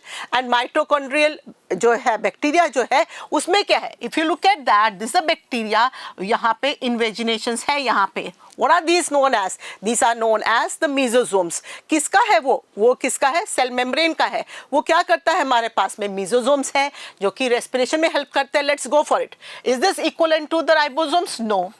Is this equivalent to the thylakoids? No, because ये तो photosynthesis करेगा, ये तो protein synthesis करेगा. Cytoplasmic plasma membrane, yes, this is a plasma membrane जो इसके जैसा है. Therefore, the answer for the 36 happens to be the C option, जिसको हम mesosomes भी बोल सकते हैं. तो ये दोनों क्या काम करेंगे, दोनों के दोनों respiration में help करेंगे. अब जूलॉजी का क्वेश्चन डिस्कस करते. Question number 37. In humans the digestion of carbohydrates happens takes place in the following parts of the digestive system. The best answer for 37 is number B, because the mouth में हमारा salivary gland के through salivary amylase आता है, alpha salivary amylase, which are responsible for breaking the bond of carbohydrate. Together with this, your small intestine, they secrete certain enzymes like lipase, then sucrase, maltase. They're also responsible for the carbohydrate digestion. Okay, the enzymes are in small intestine. They secrete sucrase for sucrose digestion, lactase, maltase. But stomach, it's not responsible for any type of carbohydrate digestion because the environment is highly acidic. Okay, so we are moving towards the next question. That is question number 38. Question number 38. The following technique can be used for deciphering the arrangement of nucleotides in the genes. That is 38 का best answer is 38. The best answer is B. That is nucleic acid sequencing. Now this is a step जिसमें हमें क्या करना है, chromosome से DNA निकाल के, then after that there are certain technique is there जिससे हम न्यूक्लियोटाइड को सीक्वेंस कर सकते हैं, पता कर सकते हैं कि DNA में कौन कौन सा न्यूक्लियोटाइड्स है, कौन कौन सा नाइट्रोजनस बेस पेयर है इन स्पेसिफिक DNA. तो the best answer for question number 38 is B. Okay, then the next question is your this one, your 39. A taxonomist during his voyage found a solitary marine animal. Solitary means such as adjust or they are in a particular environment, ज़्यादा movement नहीं करता, with spines on skin made of calcium carbonate. However, coelom was made up of pouches pinched up from endoderm and assigned the specimen to the most appropriate phylum. Now, whenever they are referring to spiny bodied, calcium carbonate is there, there is only one invertebrate is there which is spiny bodied, that is Echinodermata. For this, your answer will be for 39, I am writing this, 39 the answer will be D. Okay, तो आपको इसमें D mark करना था, Echinodermata, because here it is written as spines on skin and calcium carbonate because they have bony endoskeleton in case of echinoderms. Then the next question is question number 40. Question number 40 is very simple question. Which one of the following pairs of causative agent and a type of disease are correct? Now Leishmania is responsible for Kala Azar. Is incorrect. Nematode is Aschelminthes, is responsible for elephantiasis. One nematode which is responsible for elephantiasis or filariasis is Uchirrhea bancrofti or Uchirrhea malayi. Now this particular option, there is number 2 is correct. Trypanosoma is a protozoa. Trypanosoma causes African sleeping sickness. So Kala Azar is incorrect for this reference. Number 4, Staphylococcus is responsible for acne of skin, जिसमें hair follicles block हो जाते हैं, plug करने से oils के accumulation से bacterial infection होके acne हो सकता है. The best answer for question number 40 is this one, your 2 and 4. Question number 40, the answer is 2 and 4 is correct. That is option number C. Okay. So moving to the next question. Question number 41. Question number 41, honeybee culture is known as, very simple, the answer is B, that is apiculture. Okay. Now in question number 42, they are asking about the various part of the human respiratory system are given below, nasal passage, pharynx and this. तो you have to arrange this on the basis of exhalation. जब हम सांस छोड़ते हैं तो कहाँ से कहाँ तक? The first one we will write this 42. The answer will be C, that is number 6. Number 6 is alveoli. Then we are moving to bronchioles, because bronchioles is the next part from the lower side. Then bronchus. Then after that, number 3, there is windpipe, that is trachea. Number 2, pharynx is a common passage of food and air. And the number 1 is nasal passage. Just ulta bolna hai, okay? During inhalation, the process will be different, and exhalation, the process will be different. We should move from alveoli towards the nasal passage. Therefore, the answer, best answer is C. Now we are moving to the next question, that is question number 43. Question number 43. The testes of man lie in a small muscular pouch called scrotum located outside the abdominal cavity. Choose the correct reason. The correct reason is option number C in 43, because scrotum is the area where the temperature is lower than the body temperature. This is around 2 to 2.5 degrees Celsius less than the body temperature. Therefore, the answer for 43 will be C. Okay. We are moving to the next question now. Question number 44. 44, which is not produced by microbial activity. Microbial activity, microbes है. अगर मैं यहाँ पे बात करती हूँ तो yogurt, yogurt क्या है? ब्रेड है, सॉरी, योगर्ट क्या है? हमारे पास दही है, मिष्टी दही जिसको बोलते हैं. ये कैसे बनता है? फर्मेंटेशन से. कौन बनाता है? लैक्टोबैसिलस के हिसाब से. When I talk about that, जब हमारे पास कर्ड बनता है वो लैक्टोबैसिलस है. तो मेरे पास में this is by the bacteria. ठीक है ना. ब्रेड ये कौन बनाता है? ईस्ट बनाता है, वो भी फर्मेंटेशन से. विनेगर, विनेगर भी जब when we talk about that during the fermentation, एक स्टेप में हमारे पास में क्या बनता है? एसिटाल्डिहाइड, जो कि विनेगर बनाने में हेल्प करता है, विच इज एसिटिक एसिड. तो वो भी मेरे पास कौन हो गया? By the yeast. बचा कौन मेरे पास? Antiseptics. Antiseptics are not produced by the microbial activity. Therefore the answer for the 44 happens to be the D option. Question number 45, among the following which is not true about vaccine. Now this option, first option is vaccine contain dead microbial cells or their part. Yes, this is correct, because whenever we are vaccinate certain person, we are inoculating microbes part, pathogens, attenuated pathogens, that is weakened germs, these things are, because vaccination is a process of active immunization, it's not passive.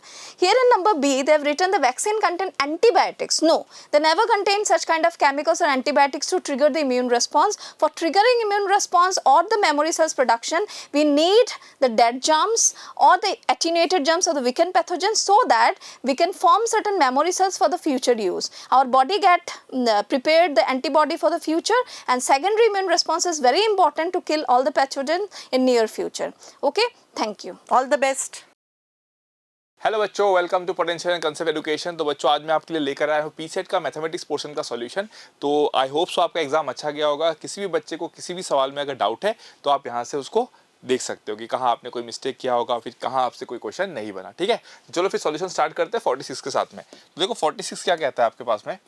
46 okay तो कुछ geometry based सवाल आपको बोला जा रहा है. In triangle ABC angle भी 90 degree है. ठीक है, चलो एंगल बी को मैंने क्या मान लिया 90 डिग्री. तो लेट्स इसको ए बोल देता हूँ, इसको मैं सी बोल देता हूँ. ठीक है, फिर आपको बोला कि डी और ई ऐसे पॉइंट्स है जो 3 पार्ट में डिवाइड करते हैं. तो मान लो कि चलो ये डी हो गया और ये क्या हो गया, ई हो गया. फिर आपसे बोला जाता है कि अगर 3ac² + 5ad² अगर p टाइम्स ऑफ a² है तो p का वैल्यू कितना होगा. बेसिकली ac और ad को आपको a के टर्म्स में लेके जाना है. सो what I can do is इसको कनेक्ट कर देता हूँ एक बार के लिए. तो ठीक है ना. तो सबसे पहले एक बात बताओ कि ac² जो है, क्या मैं उसको लिख सकता हूँ ab² + bc². bc को लेकिन मैं क्या लिख सकता हूँ आपका बोलो. bc को मैं लिख सकता हूँ 3 टाइम्स ऑफ bd, तो ये हो जाएगा 9 टाइम्स ऑफ bd². राइट. उसके बाद अगर मैं आपसे बोलूँ नेक्स्ट, आपको क्या दिया गया है ad². तो अगर मैं बात करूँ ad² का, तो ad² कितना हो जाएगा आपका ab² + bd². राइट.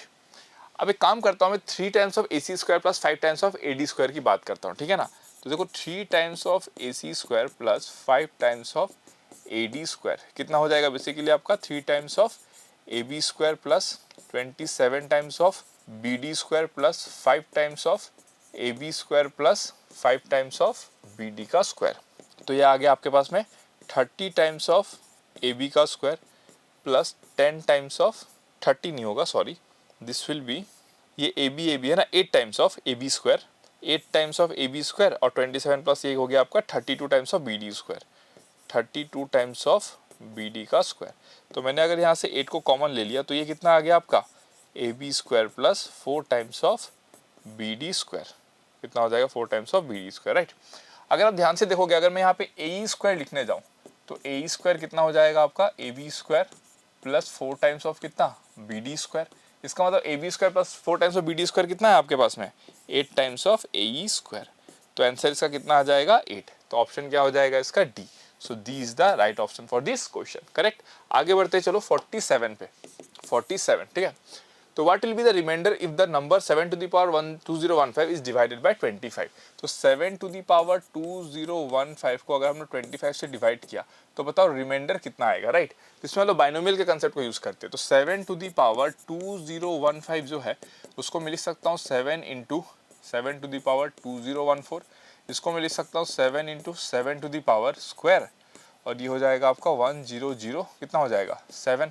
तो ये हो गया 7 इंटू 49, 49 मतलब 50 minus 1 to the power 1007, correct, done.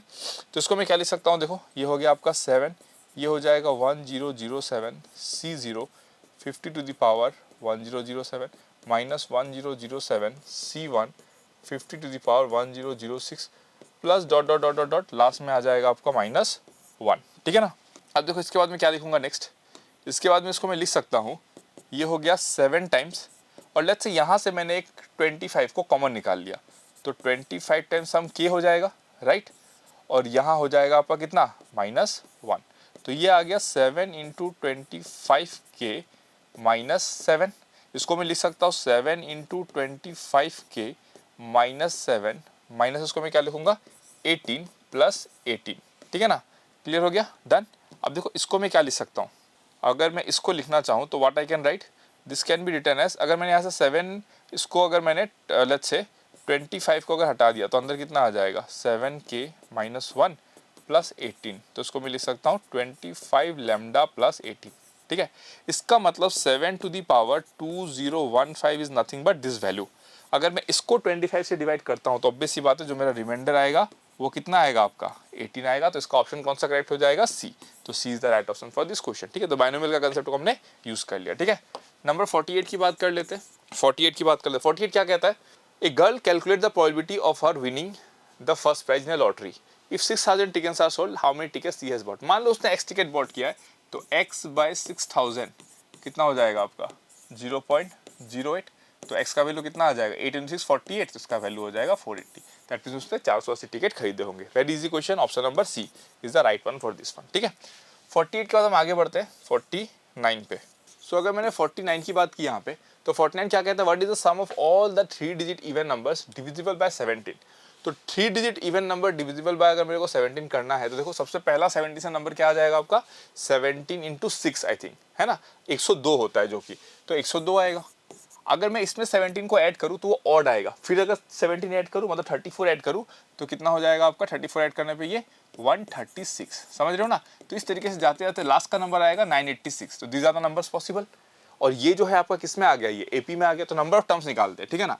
So nth term कितना हो जाएगा 986 is equals to 102 plus n-1, इसका वो कितना आएगा आपका 34 common difference.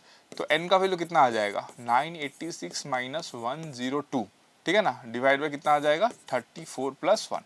So this is going to be how much 488 by 34 plus 1, ठीक है ना। तो ये आएगा आपका 26 plus 1 that is equal to कितना 27। तो n का वैल्यू कितना आ गया 27।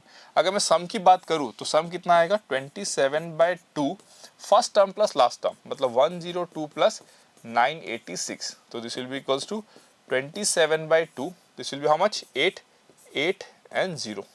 तो ये आ गया आपका 544। तो 27 × 544 ये वैल्यू आ गया। और इसका जो वैल्यू आएगा वो कितना आएगा आपका, देखो ये वैल्यू जो आएगा दैट विल बी, है ना, 4 × 7 28, लास्ट में 8 आना चाहिए। तो 544 ये आ जाएगा आपका कितना 544 इंटू अगर हम 10 करें तो 5440, 10,000 आ जाएगा 535। तो इसका आंसर आना चाहिए लगभग 1468। तो कितना आ जाएगा 14688, रफली इतना ही आना चाहिए। तो मैंने एस्टिमेट कर लिया। कैसे किया मैंने? 544 को अगर मैंने 10 से किया तो 5440, फिर 5440 मतलब 10800 के आसपास आएगा, और उसमें 3500, 10800 3500 लगभग इसी के आसपास आ रहा है। तो 14688 हो जाएगा इसका आंसर। ठीक है, तो C is the right option for this question. ठीक है, आगे बढ़ते हैं नंबर 50 पे। 50 क्या कहते हैं? The adjacent sides of a parallelogram are 30 centimetre and 20 centimetre. The length of one of the diagonal is 40 centimetre. What is the length of the other diagonal? तो हमको पैरेललोग्राम में पता है एक फंडा यहाँ पे कि अगर ये डायगोनल D1 है और लेट्स से अगर डायगोनल D2 है, ये अगर A है ये अगर B है एडजेसेंट साइड, तो हमको पता है कि D1 square plus D2 square equal to 2 times of adjacent side का स्क्वायर होता है, राइट? ये हम लोग प्लेन ज्योमेट्री से प्रूफ भी कर सकते हैं इसको, थोड़ा सा इसमें कंस्ट्रक्शन करके हम इसको प्रूफ कर सकते हैं। ठीक है ना? तो ये हो गया अपने पास डायगोनल कितना दिया हुआ 1600। ठीक है ना? 1600 plus D2 square equals to 2 times of कितना हो जाएगा आपको बोलो? 900 प्लस 400, राइट? तो इसका मतलब D2 स्क्वायर का वैल्यू कितना आ जाएगा? 2600, 1600 गया तो कितना आ जाएगा? 1000। तो इसका मतलब D2 का वैल्यू कितना आ जाएगा आपका? 10√10। सो आंसर कितना हो जाएगा? 10√10। That means B is the right option for this question. ठीक है, डन। 51 पे जाते हैं हम लोग। 51, ठीक है, आपको दिया हुआ है 41 to the power 16 minus 14 to the power 16 is a multiple. देखो एक कंसेप्ट है a to the power n minus b to the power n। अगर n इवन होता है, अगर n इवन होता है तो ये जो नंबर है ये आपका a माइनस बी से भी डिविजिबल होगा और a प्लस बी से भी डिविजिबल होगा, राइट? तो विद दैट लॉजिक अगर मैं 41 माइनस 14 करूँ तो ये कितना आ जाएगा आपका? 27, और 41 प्लस 14 करूँ तो कितना आ जाएगा आपका? 55, राइट? तो ये जो नंबर है वो इन दोनों से डिविजिबल है। इसका मतलब अगर मैं 55 इंटू 27 करूँ, so what I am going to get? तो ये आ गया 1485। ठीक है ना? इसका मतलब अगर ये नंबर मतलब आई मीन ये नंबर अगर इससे डिविजिबल है तो डेफिनेट सी बात है ये जो नंबर होगा किसका मल्टीपल होगा? 1485 का मल्टीपल होगा। तो 1485 इज द आंसर। तो ऑप्शन कितना हो जाएगा इसका? A. So A is the right option for this question, correct. आगे बढ़ते हैं नंबर 52 पे। 52 क्या कहता है? देखो, what will be the remainder if the number this is divided by 143? तो एक काम करते हैं, देखो हमको पता है 143 इंटू 7 जो होता है ना वो होता है 1001। तो क्यों ना एक काम करें, हम इसको हम लोग ऐसे लिख सकते हैं क्या? 1000 to the power 3 divided by 143, है ना? इसको हम लोग लिख सकते हैं 1000 to the power 6, sorry 1000 to the power 6, right? इसको हम लोग लिखेंगे, देखो 1000 टू द पावर 6, सेम हम लोग बाइनोमियल लगाएंगे तो ये कितना हो जाएगा आपका?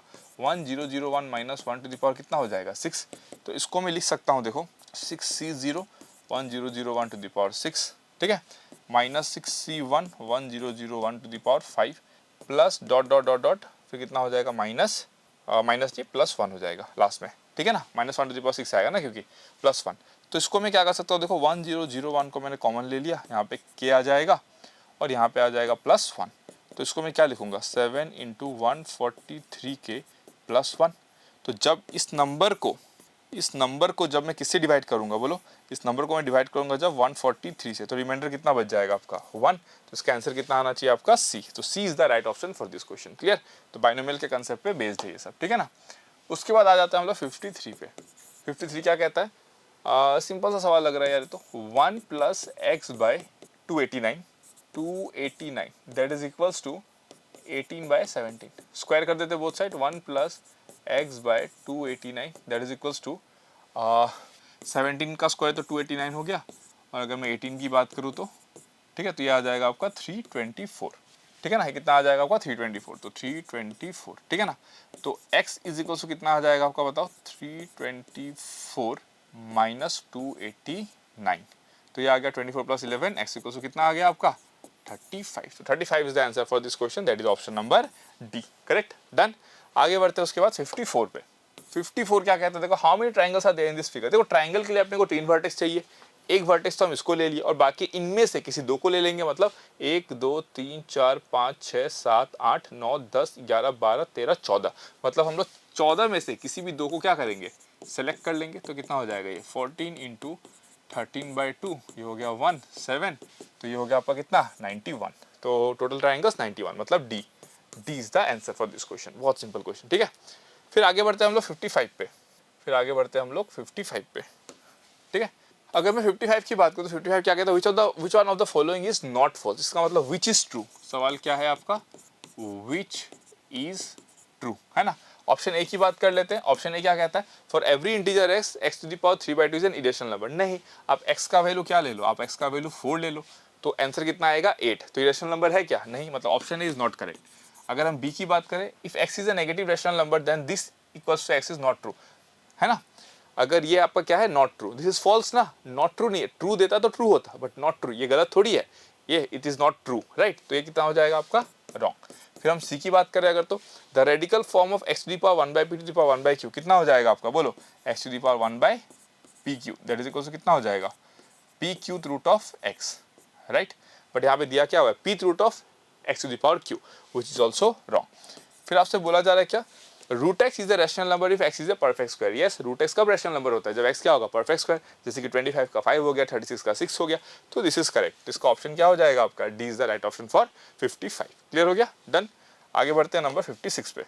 56 क्या कहता है, देखो, in the adjoining figure segment AD, BE and CF are the altitudes of triangle ABC, find AD into BC if AB into AC दिया हुआ है। अच्छा ठीक है, एक काम करते हैं, देखो AB इनटू AC कितना दिया हुआ है, 409.6, B इंटू CF कितना दिया हुआ है, 202.5, ठीक है ना।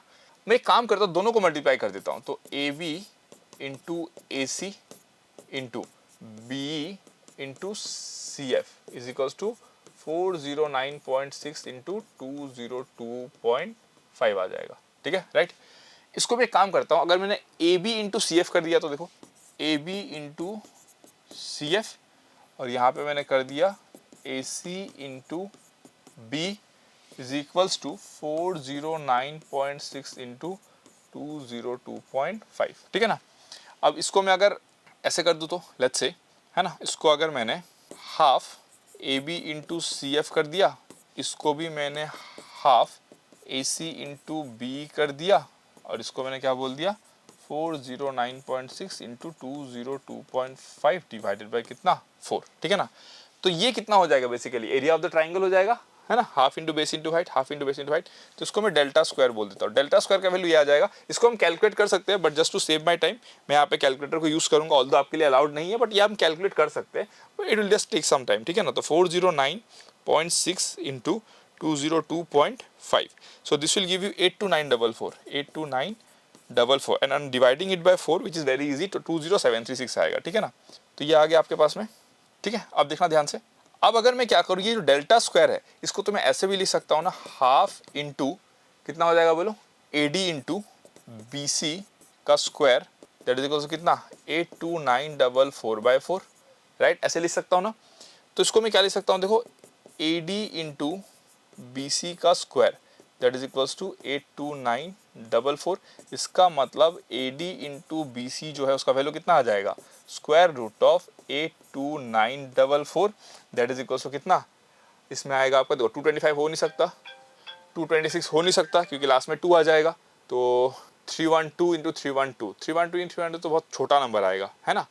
तो 312 into 312 will be quite large, I think 312 into 312 will be quite large, okay. What we can do is 82944 चाहिए ना, तो 8 8 64, फिर जब मैं 8 से करूँगा तो कितना आ जाएगा आपका 12, 2 ऐड हो जाएगा 44, यस। ये नहीं आ पाएगा, 312 नहीं आ पा रहा, 288 आ पाएगा। मैंने रफ कैलकुलेशन किया, है ना, लास्ट का 2 डिजिट मैंने फिगर आउट करने का कोशिश किया, ठीक है ना। उस लास्ट के 2 डिजिट को फिगर आउट करते हुए मेरे को क्या मिल गया, 44 आ रहा है, that means 288 is answer for this. तो ऑप्शन कितना हो जाएगा इसका, सी हो जाएगा, ओके, डन। आगे बढ़ते 57 पे।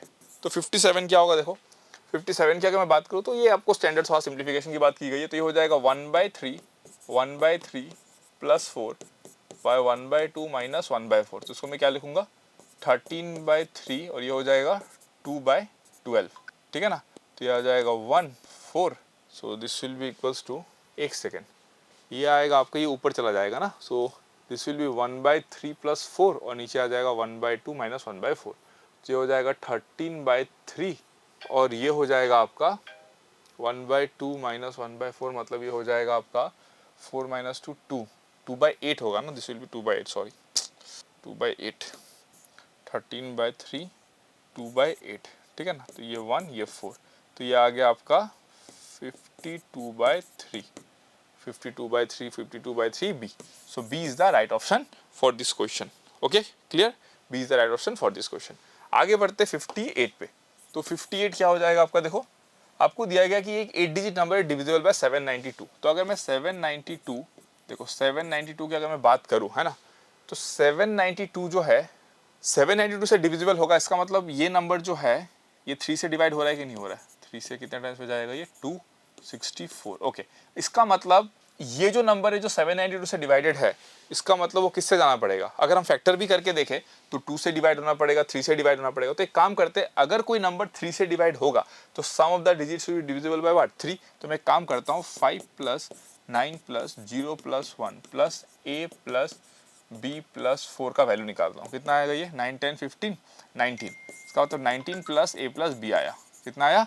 19 प्लस a प्लस b। ठीक है, अब अगर मैं a प्लस b को 6 रखूंगा तो ये 25 हो जाएगा, 7 रखूंगा तो 26 हो जाएगा, नॉट डिविजिबल बाय 3। अगर 8 रखूंगा तो 27 हो जाएगा विच इज डिविजिबल बाय 3, और अगर 9 रखूंगा तो 28 हो जाएगा which is again not divisible by 3। तो इस सवाल को एक्चुअल में सॉल्व करने के लिए हमको और भी कंस्ट्रेंट यूज करना पड़ेगा, दैट इज हमको इसको 2 से भी देखना पड़ेगा, हमको इसको 3 से भी देखना पड़ेगा, एंड आई थिंक ये शायद 11 से भी जाएगा, तो हमको 11 से भी देखना पड़ेगा, राइट। बट मैंने सिर्फ इसको ही यूज करके ऑप्शन को एलिमिनेट कर दिया। तो इसका आंसर कितना हो जाएगा? a प्लस बी का वैल्यू कितना होना पड़ेगा? 80 होना पड़ेगा, राइट। लेकिन यहाँ पे मान लो कि अगर 6 के जगह पे 5 दिया होता तो हमें इसको फिर कैलकुलेट करना पड़ता, फिर हम इसमें 11 का कंडीशन लगाते। 2 का कंडीशन लगाने की जरूरत नहीं क्योंकि ऑलरेडी लास्ट डिजिट क्या है? 4 है, मतलब 2 से तो डिवाइडेड होगा ही। 11 का कंडीशन क्या होता है? Sum of digit at even place minus sum of digit at odd place should be a multiple of 11। तो सारे कंडीशन लगा के हम निकालते, बट अभी करने की जरूरत नहीं है इसको, ठीक है ना। तो आंसर कितना आ जाएगा? 8, दैट इज ऑप्शन नंबर कितना? C. Is it clear? Done. आगे बढ़ते हैं हम लोग 59 पे। तो 59 का क्या सीन है? देखो 59 कहता है what is the smallest natural number when multiplied by 15 and divided by 63 gives 21। इसका मतलब let's say 15x is equals to कितना होना चाहिए? 63y plus 21। तो एक काम करता हूँ, x का वैल्यू कितना हो जाएगा आपका? 21y plus 7 कितना हो जाएगा आपका? 5। इसका मतलब 5x इक्वल्स टू कितना हो जाएगा? 21y plus 7, right. अब y जो है वो क्या है आपका? कोशेंट है। तो y अगर कोशेंट है तो y का वैल्यू देखो क्या होगा? y इक्वल्स टू अगर मैं 0 रखूंगा तो x इंटीजर नहीं आएगा। इंटीजर वैल्यू पूछा था ना इसमें, शायद नेचुरल नंबर पूछा है, ओके। तो y 0 not possible. y equals to अगर मैं 1 रखूंगा तो 28 आएगा, again not possible. y equals to अगर मैंने 2 रखा तो y इक्वल्स टू 2 में भी क्या होगा? आपका काम नहीं होगा, राइट। अगर मैंने y इज इक्वल्स टू 0 रखने की तो बात मीनिंगलेस हो जाएगी, ठीक है ना। अगर मैंने y इक्वल्स टू 3 रखा तो 3 पे कितना हो जाएगा आपका? ये 70 हो जाएगा, that is the minimum quotient possible जिसपे ये 5 से डिवाइड हो जाएगा। इसका मतलब देयरफॉर x का वैल्यू कितना आएगा? 14। दैट मीन्स वो नेचुरल नंबर को क्या लेना पड़ेगा? हमको 14 लेना पड़ेगा। मतलब 14 को अगर हमने मल्टीप्लाई किया 15 से और डिवाइड किया 63 से तो रिमाइंडर जो आएगा वो कितना आएगा? 21 आएगा। Is it clear? डन। तो इसका आंसर हो जाएगा, आई थिंक इसका आंसर हो जाएगा आपका ऑप्शन नंबर बी, करेक्ट। आगे बढ़ते हैं 60 पे। तो 60 क्या कहता है? देखो 60 कहता है मीन ऑफ 100 आइटम्स इज 49, मतलब summation xi by 100 is equals to 49, मतलब समेशन xi कितना हो जाएगा आपका? 4900।